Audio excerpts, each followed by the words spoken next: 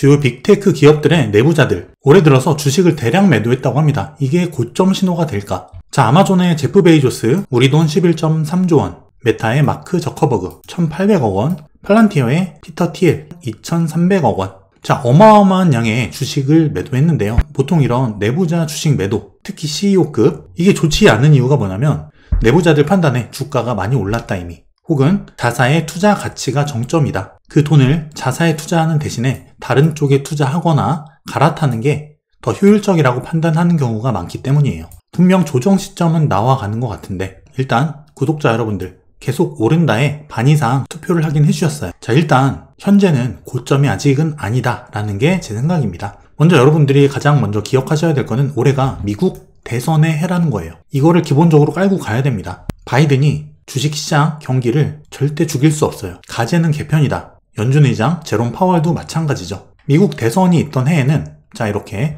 닷컴 버블, 글로벌 금융위기, 이렇게 구조적 위기가 있던 때를 제외하면은 미국 시장, 코스피 다 올랐습니다. 그리고 그 상승의 평균은 미국 시장과 한국 시장 전부 13% 정도예요. 2008년과 2000년도를 제외하면. 자, 올해는 구조적 위기가 없죠. 그렇다면 평균 10% 이상의 상승장은 왔었다. 이 사실을 기억을 해야 돼요. 그리고 현재까지 미국 증시 S&P 500은 10.5%가 올해 상승을 했습니다. 자, 여기서부터 2024년이에요. 10.5%인데, 자, 과거에 상승폭 13% 미치지 못하죠. 여전히 평균적인 대선해의 상승률에 미치지 못한다. 그리고 대선해가 있는 해에 그 전에죠. 2023년. 이때 상승률이 클수록 그 다음 해인 올해 상승률은 더 컸다. 즉, 조정과 출렁임은 당연히 있겠지만 아직 증시 고점은 나오지 않았다는 거예요. 그러면 도대체 고점은 언제고 언제 팔아야 될까? 먼저 지금 현재 증시의 특성, 최근 한 달간 상승률을 보면은 빨간색 애플과 테슬라가 눈에 띄죠. 테슬라가 독보적으로 하락했습니다.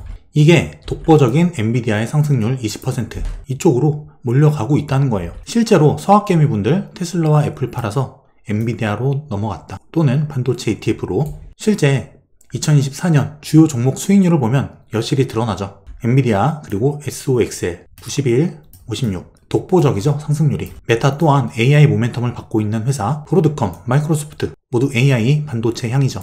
구글은 다소 주춤하고 애플 -8, 테슬라 -32. S&P 500이 평균 10%, 10.5인데 반해서는 확실히 AI와 반도체 향 기업들의 주가 상승률이 매우 높다. 그리고 이 랠리는 지금 진행 중이라는 거예요. 게다가 며칠 전에 마이크론 테크놀로지, 메모리 반도체 업체죠. 삼성전자 그리고 SK 하이닉스에 이어서 세계 3위 메모리 반도체 업체죠. 실적이 아주 좋게 나오면서 그 힘이 메모리 반도체로까지 전이되는 모습, 바로 삼성전자에까지 미치는 모습. 자, 이건 SOXX의 차트입니다. 3파 랠리는 끝나지 않았어요. 얼마 전에 페리침 한번 쏘고 내려왔는데 3파의 과정 중에 하나입니다. 여기서 세부적인 한 번 정도의 파동이 더 남았다. 뒤에서 엔비디아도 설명을 드리겠지만 엔비디아를 통해서 좀 더 이해를 하실 수 있을 거예요. 요런 형태, 비슷한 기간 또는 크기, 이런 형태의 조정이 한번 나올 가능성이 있다. 하지만 아직은 아니다라는 거죠. 이렇게 엔비디아와 삭스, 이 모멘텀이 TSMC, 마이크론, SK 하이닉스 거쳐서 이제는 삼성전자에게까지로 미치고 있다. 삼성전자가 가면서 코스피도 같이 가는 그런 형태가 나올 수 있다는 거죠. 근데 이런 반도체 같은 성장 산업, 금리 상승의 쥐약입니다. 높은 밸류 멀티플, PER, 미래 실적을 끌어오는 그런 형태의 성장 기업에는 금리가 올라가는 게 좋지 않은데 10년물 국채금리 주봉이에요. 금리가 반등하고 있습니다. 이걸 걱정하시는 분들이 굉장히 많은데 대추세는 이거예요.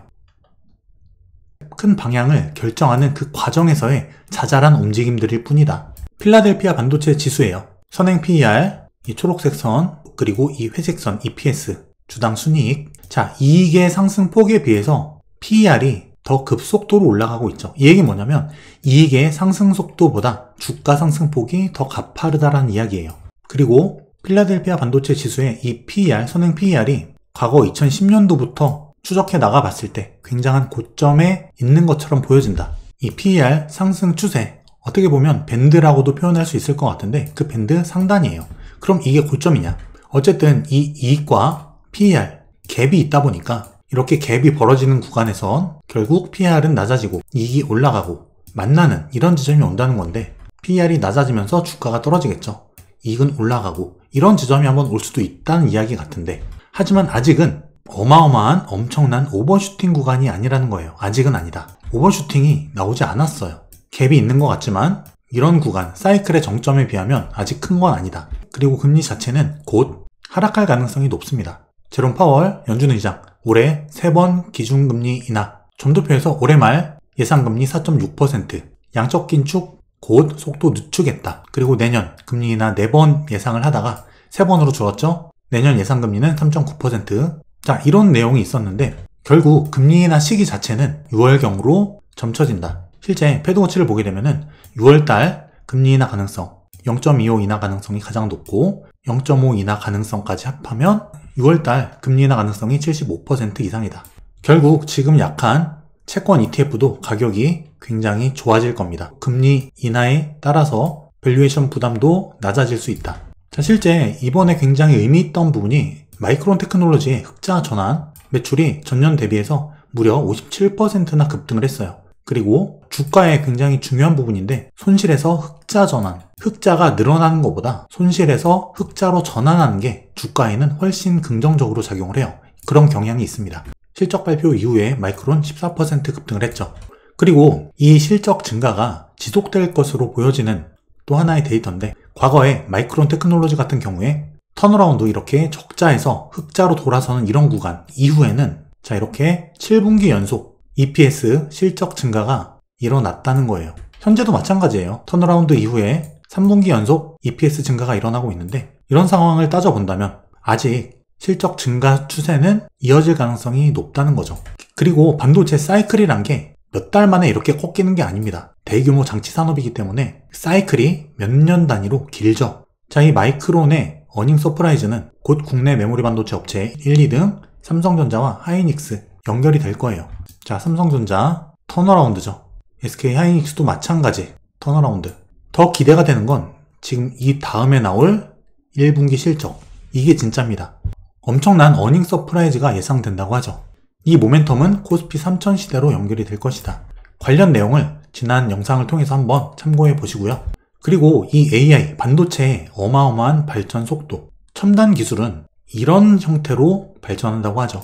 그 속도가 어마어마하게 급격히 빨라진다는 거예요. 이런 선형적이 아니라 이런 제곱의 형태처럼 굉장히 가팔라진다.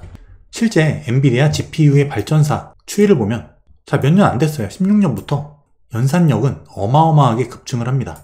젠슨항도 조만간 인간을 뛰어넘는 AI가 탄생할 수 있어 보인다 라는 언급을 했죠. 이런 고성능 AI가 구현될 날이 머지 않았다.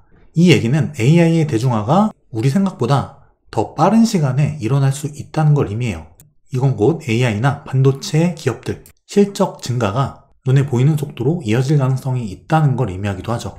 이 AI 모멘텀이 예상보다 긴 장기 모멘텀이 될 가능성이 있어 보인다는 거예요. 그리고 엔비디아가 단순 GPU, 칩셋 판매 업체에서 이제는 AI 슈퍼컴퓨터 종합 플랫폼 기업으로 거듭나겠다. 이런 포부를 내비쳤죠. 자, 그렇게 됐을 때 이 AI 생태계의 발전 그리고 AI의 대중화 우리가 지금 생각하고 있는 것보다 훨씬 더 빠르게 일어날 가능성이 있어요. 자, 일단 엔비디아 주가를 보면 첫 번째, 두 번째, 세 번째 파동 진행 중인데 지금 942달러죠.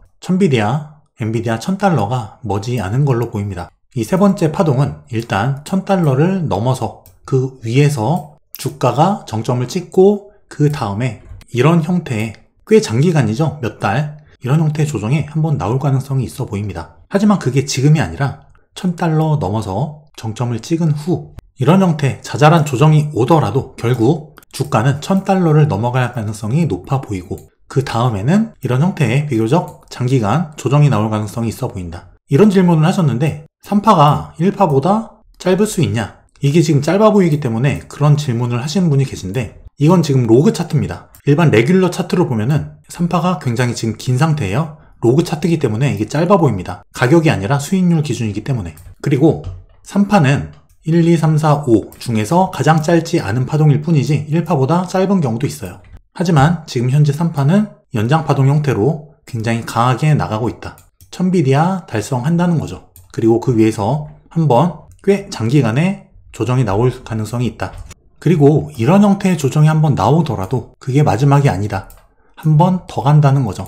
하지만 이런 형태의 조정이 나왔을 때는 길기도 길지만 이 조정폭도 상당히 될 거예요. 이미 가격대가 많이 올라왔기 때문에 위의 가격대에서 이런 조정이 한번 나온다면은 위의 고점에 물린 분은 하락폭이 꽤 되겠죠. 이때는 리스크 관리를 한번 하는 것도 좋다. 그리고 이런 형태의 조정이 나왔을 때는 상당 기간 가격 횡보 형태가 될 거기 때문에 기회비용의 문제도 있어요. 내가 더 좋은 종목, 그 당시 그 시점에 빠르게 나가고 있는 종목이 있다면 복리 수익을 위해서 갈아타는 선택을 할 수도 있겠고, 아니면 그냥 기다렸다가 그 다음 최종 5번째 파동, 거기까지 기다려도 무방하겠죠. 중요한 거는 지금 1000비리아, $1000 굉장히 많이 올라온 것처럼 보이지만 아직 끝이 아니라는 거예요. 한번 조심할 구간은 $1000 위에서 이런 형태 조정이 발생하는 구간이 올 것인데, 이때는 한번 리스크 관리하는 게 좋아 보인다. 자, 일단 여러분께서 올해가 대선의 해라는 거를 기억할 필요가 있어요.